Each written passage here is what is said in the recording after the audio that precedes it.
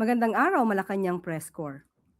Agad ikinasa ngayong umaga ni Pangulong Ferdinand R. Marcos Jr. ang whole-of-government approach matapos maitala ang lindol sa Mindanao. Sa pahayag ng Pangulo, ipinag-utos ang agarang pagkilos at pagsagawa ng kinakailangang paghanda at pagtugon sa mga apektadong lugar. Pinangunahan na ngayon ng Office of Civil Defense at ng National Disaster Risk Reduction and Management Council ang koordinasyon ng mga operasyon para tugunan ang sakuna at tuloy-tuloy na monitoring sa mga apektadong lugar. Inutusan na rin ng Pangulo ang DSWD sa pangunguna ni Secretary Rex Gatchalian na maghanda at maghatid ng paunang tulong sa mga residente at maghanap ng maayos na mga evacuation centers para sa mga kailangang lumikas. Inutusan naman ng Pangulo ang DPWH sa pangunguna ni Secretary Vince Dizon na magsagawa ng pagsusuri sa mga kalsada, tulay at iba pang mahalagang infrastruktura. Ipinag-utos din ng Pangulo sa ahensya na tiyaking madadaanan ang mga rutang kailangan para sa rescue at relief operations. Upang masiguro ang kaligtasan ng mga mag-aaral ngayong pagbubukas ng klase, ipinag-utos ni Pangulong Marcos Jr. sa Department of Education sa pangunguna ni Secretary Sonny Angrara na pansamantalang suspindihin ang klase sa lahat ng antas sa mga apektadong lugar. Makikipag-ugnayan ang DepEd sa mga lokal na pamahalaan para sa maayos na pagpapatupad ng klase sa Mindanao. Sa kabila ng umiiral na tsunami warning, nananawagan din ang Pangulo sa mga residente na seryosohin at sundin ang babala. Agad na lumikas patungo sa mga mataas at ligtas na lugar. Patuloy din ang pakikipag-ugnayan ng pamahalaan sa mga lokal na opisyal at regional offices upang matiyak ang mabilis at maayos na pagtugon sa sitwasyon.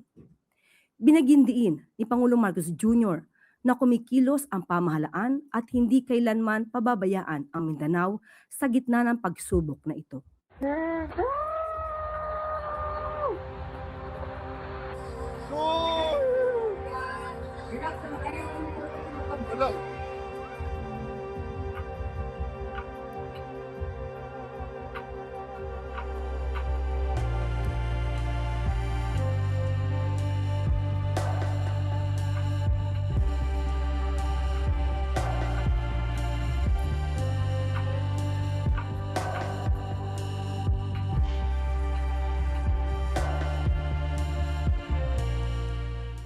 At maaari na po akong tumanggap ng inyong mga katanungan. Unang tanong mula kay Clisel Pardilla, PTV.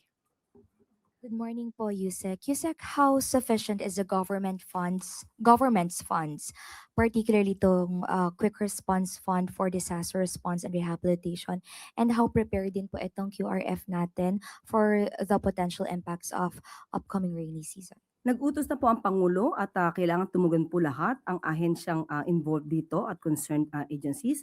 At alam po natin na ang pondo po sa ngayon ay sapat pa para sa pagsasagawa po ng pagligtas at pag-rescue at para po maibsan ang impact ng nangyaring sakuna nitong araw na to.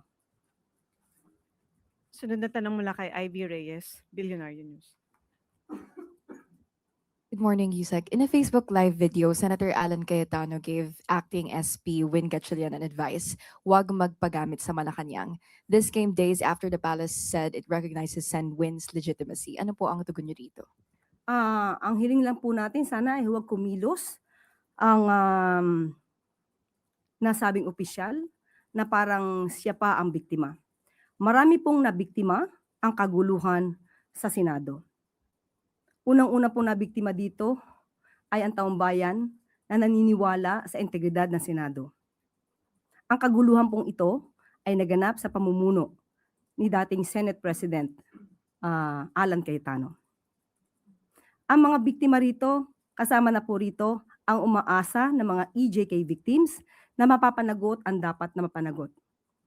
Masasabi ring biktima rito ang dating Pangulong Duterte dahil sa ipinakita na matataas na opisyal pa ang nagkakanlong at nagpapalabas o nagpapatakas sa isang tinatawag na co-perpetrator ng crimes against humanity.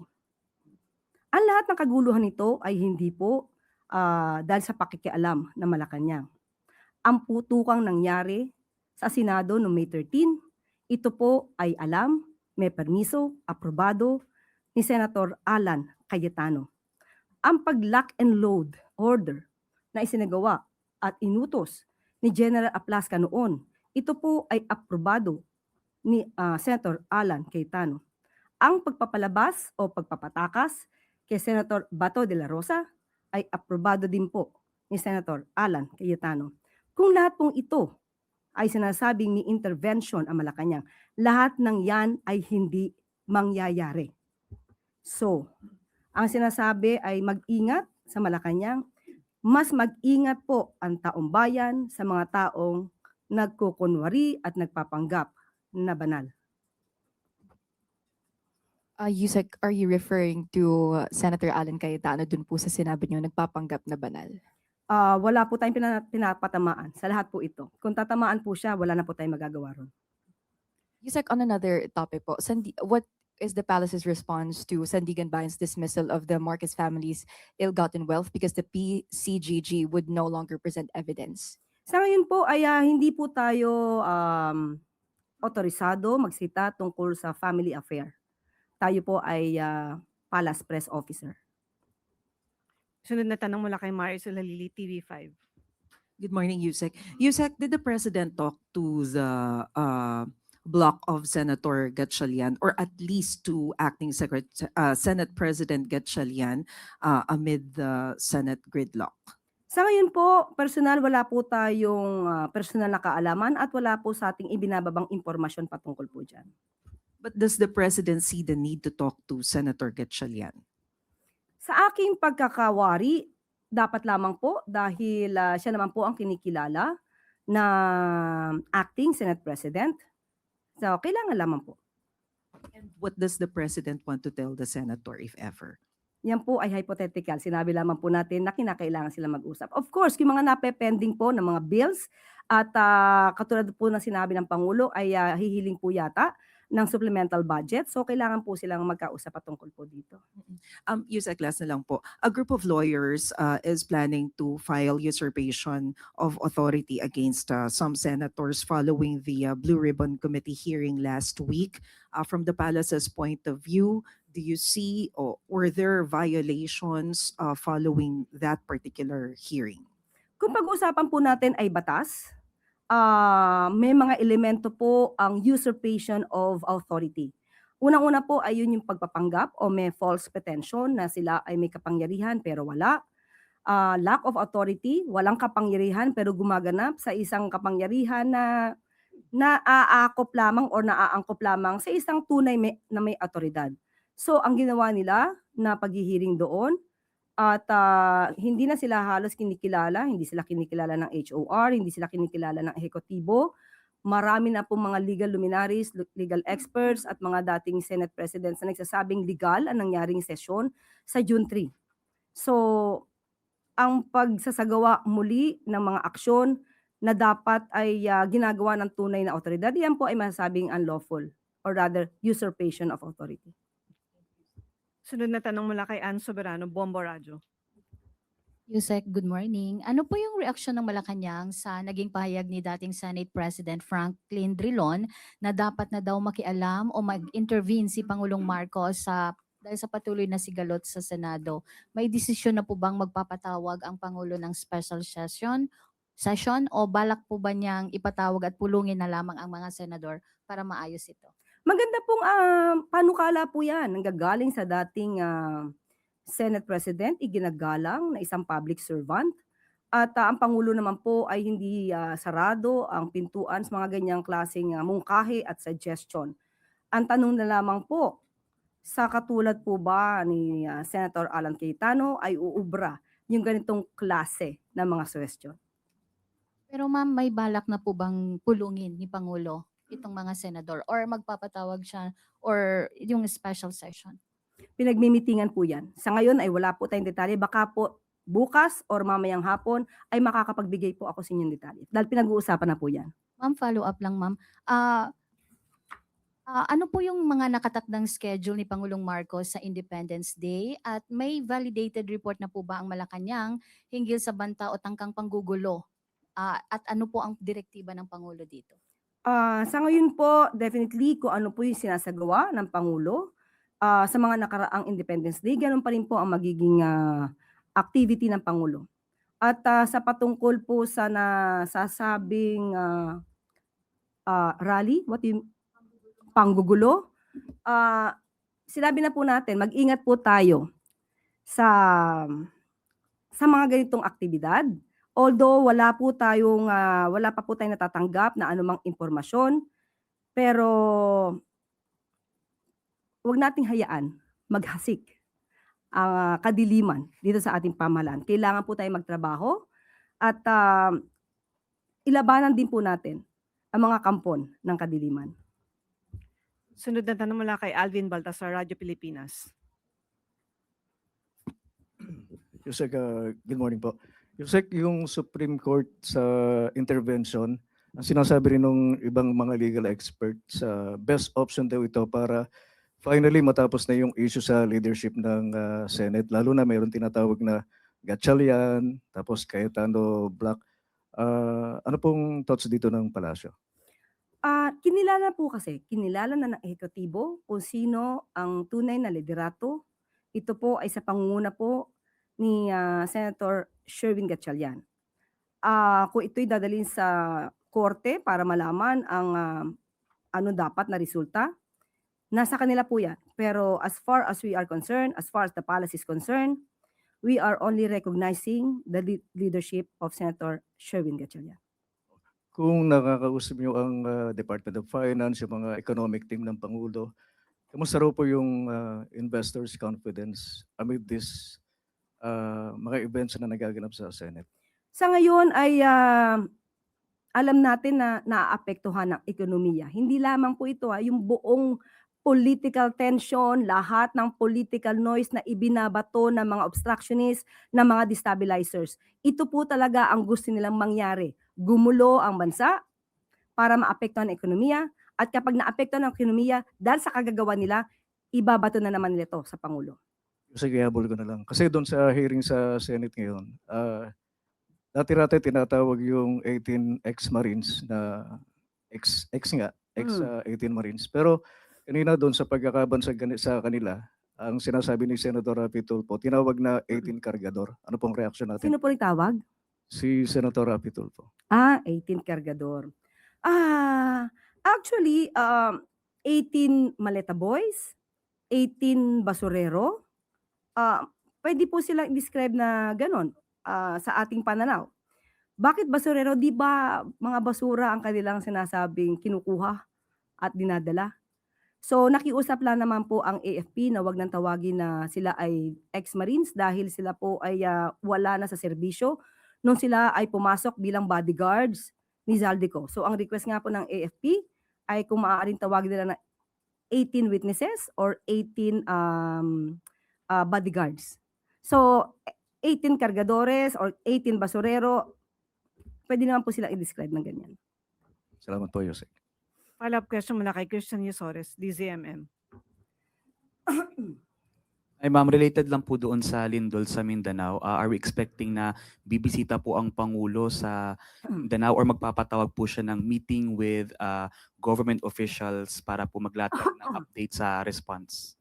Sa ngayon po ay talaga pong pinatawag na po o inutusan na po lahat ng mga concerned agencies para sa mabilisang pagtatrabaho. Ang Pangulo po kasi kung kailan po nagkakaroon talaga ng ganyan na medyo magulo po ang sitwasyon, hindi po sumasabay ang Pangulo. Dahil kapag ka po ganyan, mas mabibigyan pa po siya ng atensyon. Hindi po nais ng Pangulo na siya pang unahin.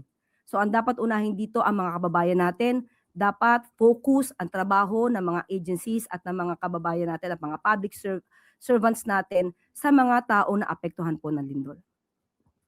Sunod na tanong mula kay Ivy Reyes, Bilyonaryo. Ma'am, with no recognition from the House and the Executive, how does Malacanang see Senator Cayetano's proposal for an interim arrangement? Under this arrangement daw po, since both Cayetano and Gatchalian maintain their legitimate leadership of the Senate, dual signatory and joint certification system for official transactions daw po and documents habang wala pang declared na official Senate President. Muli, ang kinikilala ng ehekutibo ay si Senator Sherwin Gatchalian. Walang maidudulot sa ngayon ng ganitong klaseng arrangement. Baka mangyari na naman ang nangyari dati sa House of Representatives kung saan meron na silang term sharing agreement na hindi tinupad agad ni Senator Alan Cayetano. Again, uulitin natin, tanging si Senator Sherwin Gatchalian ang kinikilala nating liderato ngayon sa Senado. Sunod na tanong mula kay Samuel Madenilla, Business Mirror. Good afternoon, ma'am.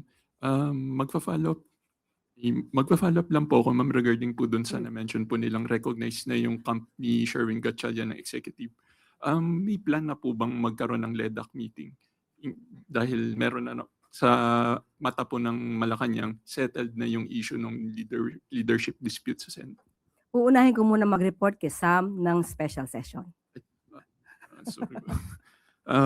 On another matter, ma'am, kung may naging instructions na po ba si President Marcos on how to address the proposal of the USTR to impose additional tariffs sa Pilipinas for its alleged forced labor cases? Alam natin, simula't simula pa lamang ang mga batas natin at ang pagpapatupad ng mga proseso laban sa forced labor.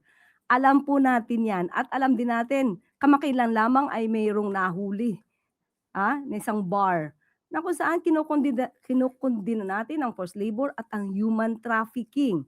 So, ito po ang mensahe natin patungkol po dyan.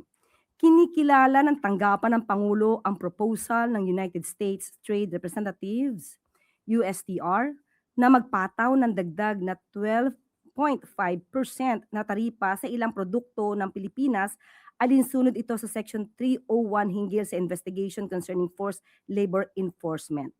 Seryosong tinutugunan ng pamahalaan ang usaping ito. Binibigyan diin ng pamahalaan ang matagal ng paninindigan laban sa forced labor at ang umiiral na batas laban dito. Kasalukuyan sinusuri ang ulat ng USTR at makikipag-ugnayan sa mga opisyal ng US sa tamang paraan. So, kaya po nating ipaglaban na tayo po ay hindi lumalabag sa batas at tayo po ay kumukondina sa forced labor. Follow up lang, ma'am. Magpapadala po ba ng team ulit si Pangulo dun sa US tulad po nung inimpose na tariff ng US sa Pilipinas nung last year? Yaan po ang maaaring isagawa at ito po ngayon ay sinusuri kung anong mga dapat na gawin para mapatunayan natin na wala tayong paglabag sa mga aktibidad patungkol sa forced labor. Last na lang for my part, ma'am. May scheduled meetings po si President Marcos later. Makakasama po ba dito yung meeting ni Pangulo sa Uplift Committee or dun sa DepDev committee rin po? Sa ngayon wala pang ibinibigay sa atin na detaling information patungkol dyan, Sam. Thank you po. Thank you. Sunod na tanong mula kay Ivan Mayrina, GMA7. Ma'am, nakausap niyo na po ba ang Pangulo tungkol sa alegasyon ng mga witnesses nung last Friday accusing him of accepting maletas dun sa kanyang residence sa Paway? Alam niya na po. Baka po may reaction siya. Ano pong sabi niya? Nakita niyo po ba kung paano siya nag-react patungkol sa Noel? Ganon din po ang matatanggap niyong reaction sa Pangulo dahil alam niya. Alam na nating lahat.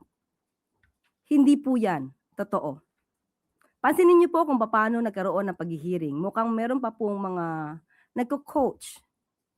Kumbaga sa korte, bawal po yan. Coaching the witness.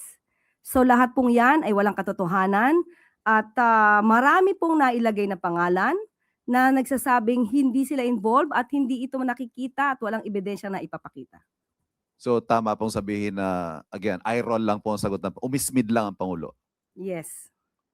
Kung ang tawag po dati ay ex-Marines, ngayon po tinatawag ni Senator Tulfo na kargador, tawag niyo naman po, Basurero, ang Pangulo kaya may tawag dito sa mga witnesses? Walang ngingitian lang po yan. Dahil alam niya po ang kasinungalingan ay dapat na hindi manaig dito sa ating bansa. Kailangan natin ang katotohanan. Thank you. Sunod na tanong mula kay Harley Balbuena, IBC. Yusek, regarding pa rin po sa earthquake sa Mindanao, may mga naitala na pong damages sa ilang government offices. So aside from suspending the classes, will the President also consider suspending the work in the government dun po sa affected areas? Sa ngayon na hindi ko masasabi. Ayokong pangunahan po ang pag-uutos ng Pangulo. Pero i-update po natin. Of course, definitely nga nagmamonitor ang Pangulo dyan. Titignan po natin at i-update po namin kayo sa iba pang mga utos ng Pangulo. Okay, wala nang tanong mula sa Malacanang Press Corps. Dumako naman tayo sa regional media.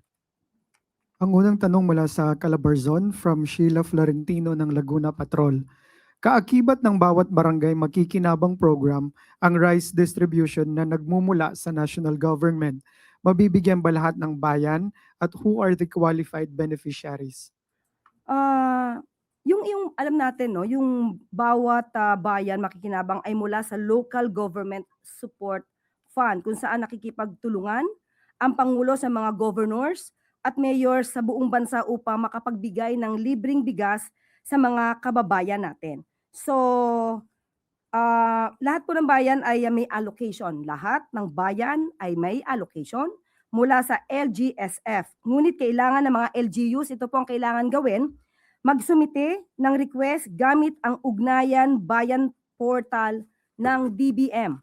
So, ang mga beneficiaryo po nito sa libreng bigas ay ang mga vulnerable families. Kasama na rito ang mga solo parents, senior citizens at mga nawalan trabaho o nabawasan ang kita. Sa bawat barangay makikinabang naman po ang mula ito sa Socio-Civic Projects Fund kung saan lahat ng barangay ay makakatanggap ng 200,000 pesos para makapagbigay tulong sa 5 presidential scholars. Kada barangay natatanggap ng tig 20,000 pesos each. Ang kalahati naman or 100,000 pesos ay para sa mga proyekto makakabuti sa kalagayan ng kanilang mga residente tulad ng solar street lights, patrol vehicle, CCTV at iba pa. Ito po ay para sa mga barangay. So lahat ng barangay ay makakatanggap ng tig 200,000 at ito ay idadaan sa mga governors at mayors para mabilis na makarating sa lahat ng mga barangay sa buong bansa. So sa lahat ng mga governors at mayors, kapag natanggap nyo na po, mabilis lamang po yung ibigay agad ang mga ayuda para po maramdaman po nila ang tulong ng ating gobyerno sa kanila. Huling katanungan mula kay Dennis Dato, ABS-CBN reporter covering Batangas and Mindoro. Ano ang ginagawang solusyon ng national government sa lumalalang problema sa kuryente sa Oriental Mindoro? Alam ba ni President Marcos ang sitwasyon sa Oriental Mindoro? Absolutely, alam niya. At kaya nga po, nitanong natin mismo si Secretary Sharon Garin patungkol po dito. Nagkaroon na po ng signing of agreement May 25, 2026. Ang mga parties dito ay ang Maharlika Investment Corporation, National Power Corporation, National Transmission Corporation at National Electrification Administration. Ito po ay para ma-rehabilitate, ma-modernize and develop Mindoro's power transmission infrastructure. At ang layunin din po nito ay to improve reliability and resiliency of the Mindoro small grid, support the island's long-term energy requirements, and lay groundwork for eventual interconnection with the national grid. So maliban po dyan ay nandito pa rin po, merong project proposal ang National Grid Corporation of the Philippines na may halagang 23.9 billion pesos submarine cable to connect Batangas and Oriental Mindoro. So inaasahan po ang target completion ay January 2028. At ang full Batangas Mindoro 500 kV interconnection and backbone project worth 90.6 billion to be completed naman bago by the end, no? Sa katapusan ng 2030. So sana po lahat ng mga proyekto at programa ng Pangulo ay maituloy o maipagpatuloy ng susunod na liderato. Balik sa iyo, Yusek Claire. Maraming salamat. Ang tahasang pagpapakita ng kawalan ng galang sa batas, proseso at rule of law, ang siyang dapat na ituring na ugaling basura. Ito ang dapat na itapon ng mga abusadong leader na imbes na sumunod sa proseso para sa kapakanan ng komunidad ay maninisi pa sa mahigpit na pagpapatupad ng mga panuntunan. Tandaan, ang proseso ay pinapatupad para sa kaligtasan ng nakakarami. Mariing inalmahan ng Environmental Management Bureau ang ginawang pagtatapon ng basura sa harapan ng office ng DENR sa Davao City noong Sabado, June 3. Maliban sa peligrong maaaring idulot nito sa kalusugan ng taumbayan, labag ito sa ating environmental laws. Tinawag din ng EMB ang pagtatambak ng basura sa utos ng liderato ng Davao City na mapanganib na distraksyon sa kabila ng nagpapatuloy na trabaho upang siguruhin ang kaligtasan ng publiko matapos ang trash slide na naganap sa Davao City Sanitary Landfill noong nakaraang May 20. Pinaninindigan ng EMB na dapat ang tinututukan ng mga lokal na otoridad ay ang kapakanan ng kanilang mga nasasakupan. Ang lokal na pamahalaan ay kinakalampag na magtrabaho at ayusin ang mga landfill para sa maayos na waste management. Ang iligal na pagtatambak ng basura ay hindi lamang irresponsable. Malinaw na isa itong aksyon na hindi dapat pamarisan ng mga ibang LGU ng bansa.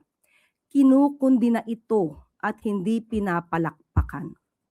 Tungkulin ng DENR sa pamumuno ni Secretary Juan Miguel Cuna na pangalagaan ang kapakanan ng kapaligiran at taumbayan. Gayon din ang pagpapatupad ng mga patakaran. Para sa mga LGU, linisin nyo ang inyong mga bakuran. Magtrabaho kayo para sa inyong bayan. Huwag pamarisan ang mga maling gawain na ikapapahamak ng taumbayan.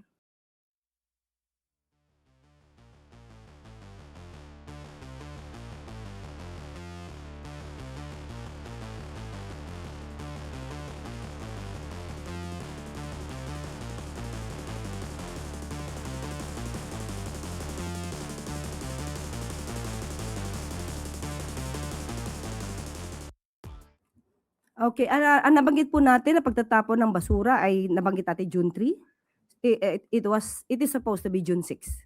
Okay. Akin pong ikino-correct yung nabanggit nating date. At bago tayo magtapos, Bureau of Customs nagtala ng mahigit 406 billion pesos na koleksyon sa unang 5 buwan ng 2026.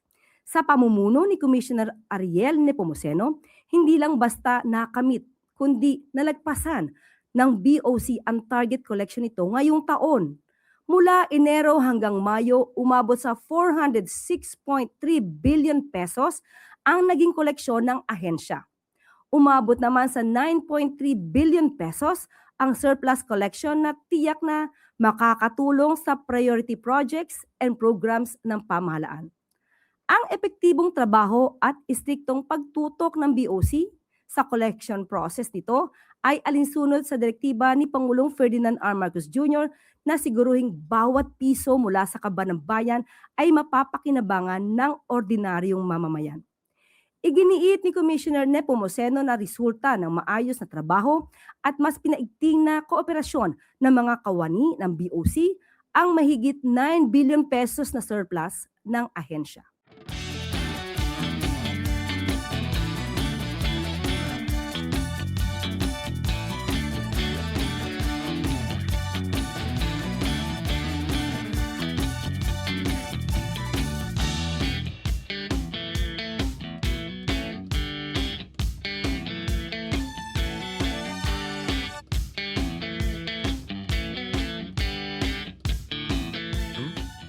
Sa lahat ng mga public servants na nagtatrabaho para sa bayan, mula sa puso, mula sa isipan. Congratulations. At lagi po natin tandaan, ang bagong Pilipino, hindi inuuna ang sarili, sa halip ay nagpapakabayani. At dito na po nagtatapos ang ating press briefing. Magandang araw para sa bagong Pilipinas.